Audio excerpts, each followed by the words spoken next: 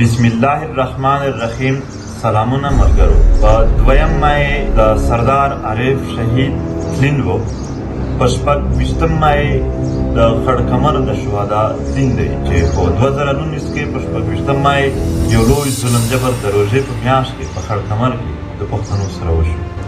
په 3 جون 2018 کې په وانه کې زموږ په ملګرو باندې برید وشو چې پکې شهیدان او زخمیان وشول.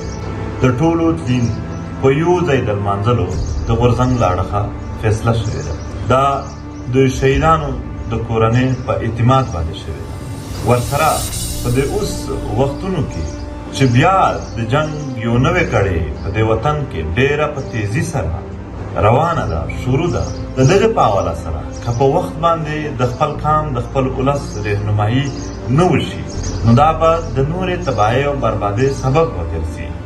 نو د پښتون ژغورنې غورځنګ دا فیصله وه چې په 5 جون 2022 به په واڼه سویلي وزیرستان کې پښتون لویه جلسه کوو چې په دې کې به د سردار عارف شهید د خړکمر د شهدا او د 3 جون وانه شهدا تلین منځل کېږي او ورسره به د قام د وطن نه د ولس نه څه غوښتنې کېږي، رهنمایي به کېږي چې بحثیت د قام د یو وګړي زموږ څه فرض جوړېږي چې موږ یې ادا کړو د خپل وطن د امن او د ښه ژوند لپاره.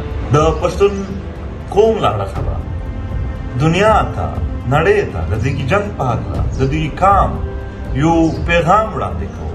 په دې جلسه کې به د خپلو قیدیانو د علي وزیر، حنیف پښتون، نویس ابدال او قاضي طاهر لپاره غږ پورته کېږي د دې وطن د ټارګېټ کېدو نه راواخله چې څومره هم مسایل دي په دې باندې په شریکه باندې په یو لویه توګه غږ پورته کېږي.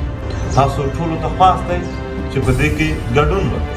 د پښتون ژغورنې غورځنګ تر ټولو لوی طاقت یعنې خپل پښتون قام ولس چې په دې کې څومره هم ډېر شرکت وکړي، دومره به دا مهمه جلسه او دا د حالاتو په تړون یو ډېره په وخت جلسه او دا د خپلو شهیدانو تلین دا به ډېر په کامیابي سره ترسره شي. د دې وطن بدخواهه ده، د دې وطن تباهي او بربادي خوښوونکي خلکو ته ستاسو یعنې د ټول قام په داسې جلسو کې شرکت ته یو غاښ ماتوونکی ځواب وي، یو لوی ځواب وي. دا د دوی سره د مخالفت او د خپلې خاورې سره د محبت یو لوی پیغام وي. نو تاسو ته خواست دی چې په دې کې ګډون وکړئ او د قام او وطن په وخت باندې خپل غږ پورته کوي او د خپلو شهیدانو دین برباد. ډېره مننه.